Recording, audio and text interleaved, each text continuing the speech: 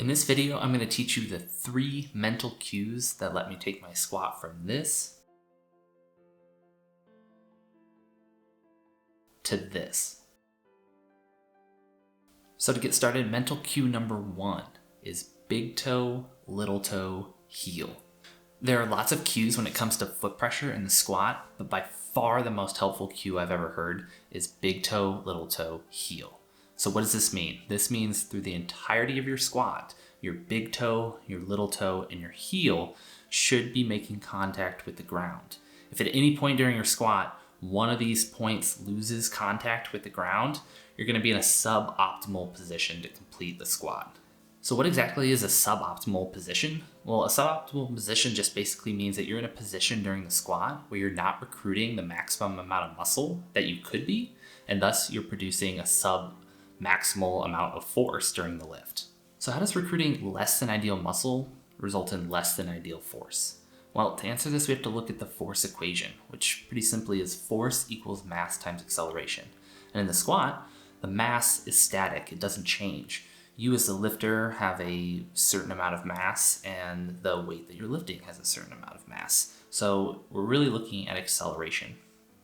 And to be able to successfully perform a squat, you have to produce as much, but ideally more force than the weight you're lifting times the natural acceleration of gravity is exerting on you.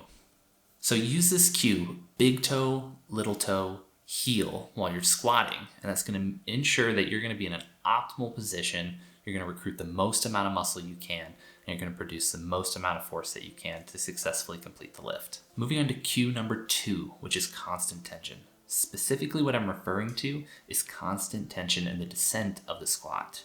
You should be descending in the squat as fast as you can.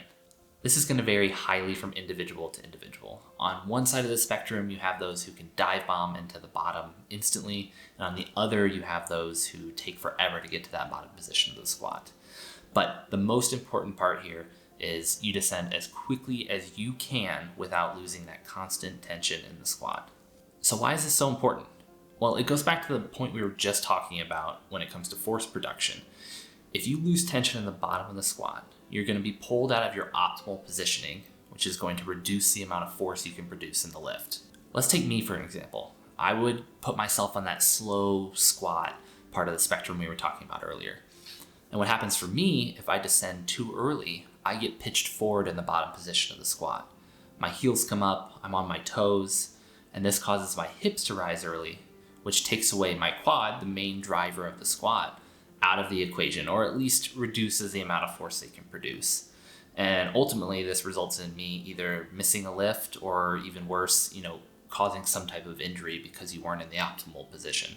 Another way I like to visualize this constant tension cue is take someone who's really ridiculously lean, like so lean you see the individual striations in their muscles. And when someone who's this lean is working out, and they're going through a full range of motion in certain exercises, you can see those individual muscle fibers kind of rippling like waves in an ocean. And so this is kind of what you should be feeling when you're squatting. You should be able to feel all of those muscle fibers kind of rippling the entire time that you're squatting. And cue number 3, the last cue I have for you today, is just simply push. When you're in that bottom position of the squat, you're not just trying to stand up. You are actively pushing down against the ground with your legs, again, to produce that force, to produce as much amount of acceleration as you can, which is going to give you the best chance to complete that lift. And I know squatting is typically thought of as a lower body exercise, and it primarily is, but your back and your upper body don't have to do nothing during a lift. They should also be pushing or driving through that barbell on your ascent portion to give you the best chance to complete that lift. Okay, that is all I have for this one, but before you go, in the description below, there's a 100% free Notion template on a beginner squat program. So if you're new to squatting, go check it out. It's actually the first program that I ever ran when I was learning to squat. I saw a lot of success with it, so check it out. Again, 100% free, and let me know your results. And with that being said, appreciate you. See you soon.